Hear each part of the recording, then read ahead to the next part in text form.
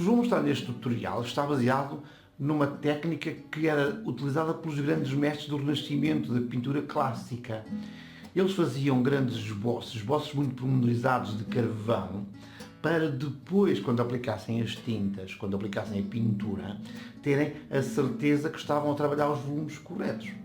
Nós hoje vamos utilizar essa mesma vantagem que o carvão nos dá, de obter facilmente as luzes e as sombras, ou seja, os volumes, e construir depois a nossa obra com o nível de detalhe que quisermos. Este tutorial é para ti e tens que ver mesmo até ao fim. Vamos a isso. Bem, vamos começar então por fazer o nosso esboço em carvão. Para fazer uma cara temos que conhecer minimamente as proporções, é isso que eu estou a utilizar, os terços, os olhos a meio, etc. Não é um tutorial sobre caras, é um tutorial sobre a utilização do carvão, mas é essencial sabermos estas primeiras noções. Tenho aqui alguns tutoriais no meu canal onde vos mostro essa informação. Portanto, no carvão, nós fazemos um esboço muito rápido. Este não tem nenhum modelo, é tudo da imaginação. Mas se tivéssemos um modelo, tínhamos que olhar para as curvas, para os contornos, etc. E utilizamos o carvão para fazer a primeira definição. E é muito fácil com o carvão fazer a primeira definição, criando as sombras, criando as luzes. Não é?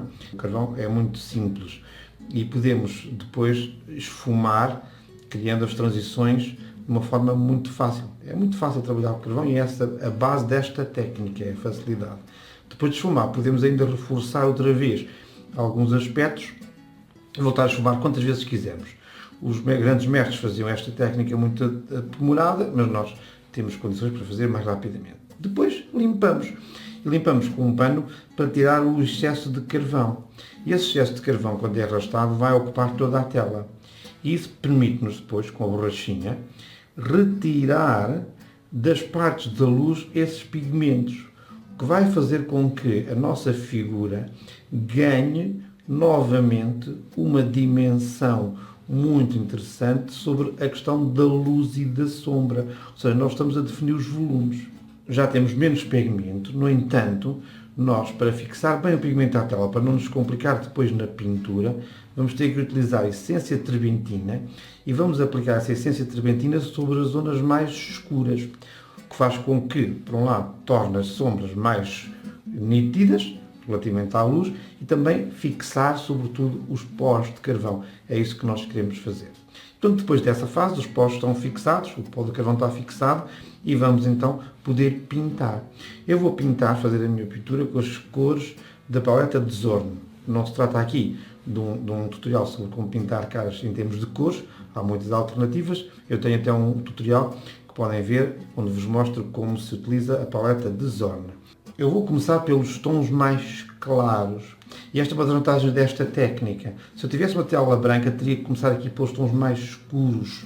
Também podia fazer aqui, mas aqui tenho a vantagem de começar pelos tons mais claros, mantendo, ou seja, ganhando aquilo que a própria técnica me dá, que é a informação sobre a luz e a sombra, porque a parte da sombra já está definida. Portanto, eu crio aqui um tom muito claro, e aqui eu estou a falar de tons, não estou a falar basicamente de cores. Crio um tom muito claro e pinto toda a zona clara com uma única cor, para não perder as referências que tenho na base.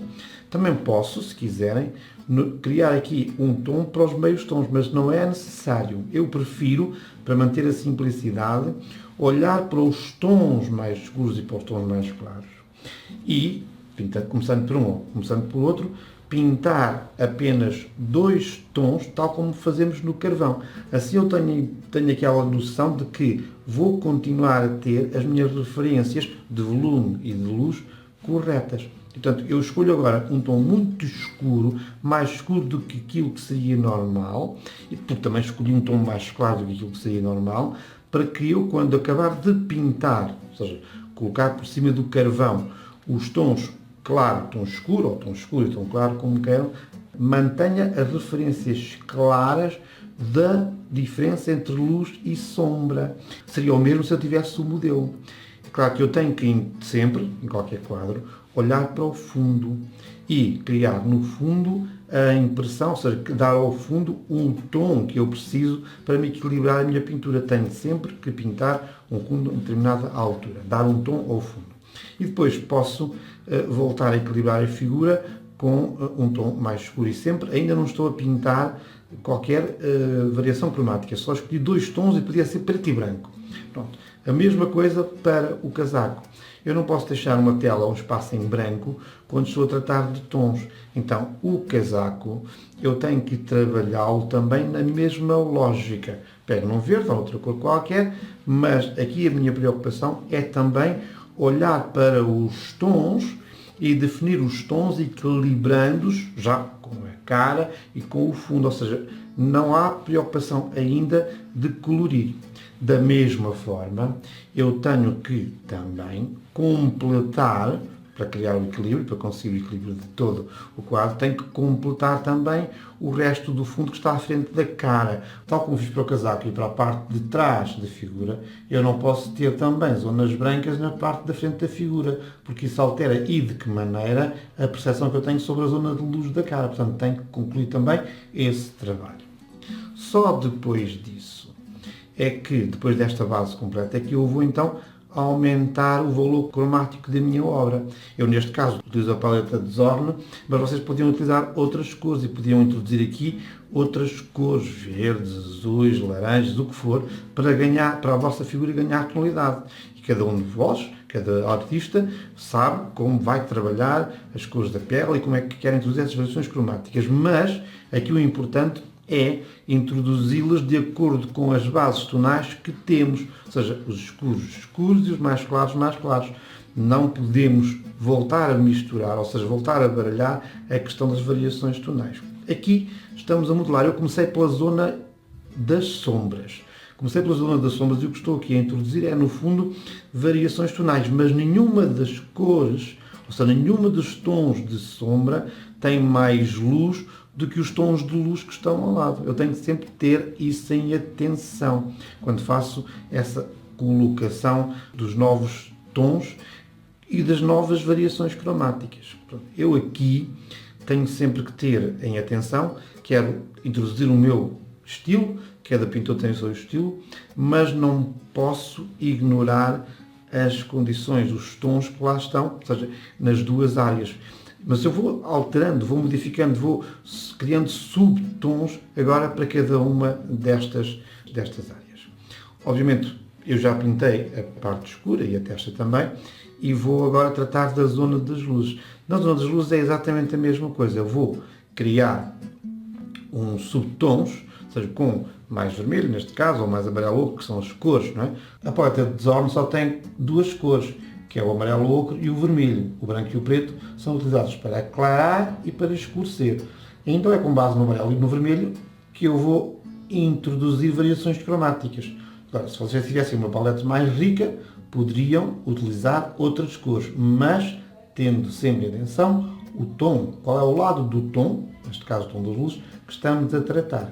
E é essa questão que esta técnica do carvão nos permite garantir desde o princípio. Eu posso ter um modelo, posso estar a olhar para o modelo, posso estar a ver as luzes e as sombras, e eu começo a fazer a definição das luzes e das sombras com o carvão, começo a fazer a definição das luzes e das sombras também com a borracha depois, e é em cima dessa base é muito mais fácil aplicar depois este enriquecimento cromático, seja com a paleta de Zorn, seja com outras paletes. E é isso que facilita o nosso trabalho ao usar uma técnica de base que nos dá corretamente a informação sobre os tons que nós queremos. Não é? Portanto, não se esqueçam que se nós estivéssemos aqui agora a olhar para o modelo, nós estávamos a ajustar um pouco a questão das luzes e das sombras.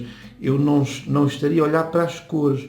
Cada pincelada, cada alteração, neste caso de cor, porque já estamos com a cor, tem como objetivo procurar pequenas variações de tons, ou seja, dar-nos a informação da modulação da cara. Se a zona está mais virada para baixo terá menos luz, se está virada para cima tem mais luz, e eu introduzi cada cor, eu tenho que ter em atenção isso.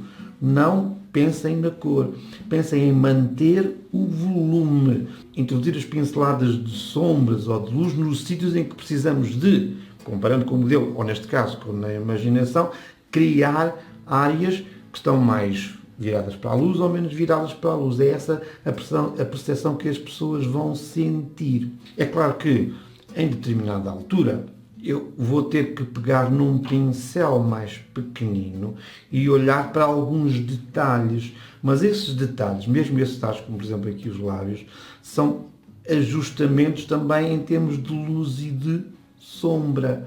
Vamos olhar para essa questão nessa perspectiva. Se a extensão da cor vermelha que eu pus no lábio inferior ocupa uma área maior do que aquela que eu quero, eu teria que corrigir essa área colocando a luz e a sombra na parte da pele correspondente à luz e sombra correta do modelo. Não estou a modificar a boca, estou a corrigir os tons, luz e sombra, ao lado da boca. Não pensem nos elementos, pensem sempre em luz e sombra. Mesmo com o pincel pequenino, em cada uma das zonas que eu estou a tratar e que estou a incorporar variações cromáticas, eu estou sempre a olhar para o tom correspondente. Há uma ligeira sombra na parte de baixo das sobrancelhas, entre os olhos e as sobrancelhas, eu tenho que acautelar essa informação. E mesmo tratando alguns detalhes, como sejam as linhas dos olhos, eu tenho que ver essas linhas como sombras e como luz. E mesmo aqueles pontinhos de luz das pupilas que dão um bocadinho de vida à nossa figura, têm que ser colocadas em função da direção da luz. Ou seja, as linhas de luz que estão as mais fortes do lado da sombra vão também estar na linha do reflexo dos olhos. E exatamente também a mesma coisa no lado da luz. Não me canso de reforçar que os artistas não pintam formas. Os artistas pintam luz e cor, e que essa luz e cor é conseguida através das diferenças tonais mais do que das cores. Eu espero que tenham considerado este tutorial muito interessante para vocês e que vos tenha motivado a utilizar esta técnica, que é uma técnica que os grandes mestres da pintura clássica utilizaram, mas utilizaram de uma forma muito mais meticulosa, mais trabalhosa. Nós simplificámos essa técnica, mas mantemos as vantagens que a técnica nos dá de preservar e de criar facilmente os volumes, ou seja, as luzes e as sombras, e construir uma base para aplicar a pintura, para aplicar as cores daquilo que quisermos. Neste caso, as cores da pele, mas também podemos utilizar esta técnica em qualquer outro tema. Eu tenho outros tutoriais em que mostro como se aplica essa técnica sem ser a figuras. Deixo-vos aqui em baixo nas referências todos os tutoriais que têm alguma coisa a ver com esta técnica. E também, claro, não podem deixar de ver este tutorial aqui que vos recomendo e que vos mostra como é que funciona a paleta de Zorn para criar então os tons e as cores da pele. Já sabem, se não subscreveram o canal, façam-no agora, deem o vosso like e ativem o sininho, porque ao ativar o sininho vocês vão receber em vossas casas as notificações sobre os tutoriais que estão disponíveis e que eu estou a preparar para vocês com todo o carinho. E já sabem, se querem aprender, obrigado.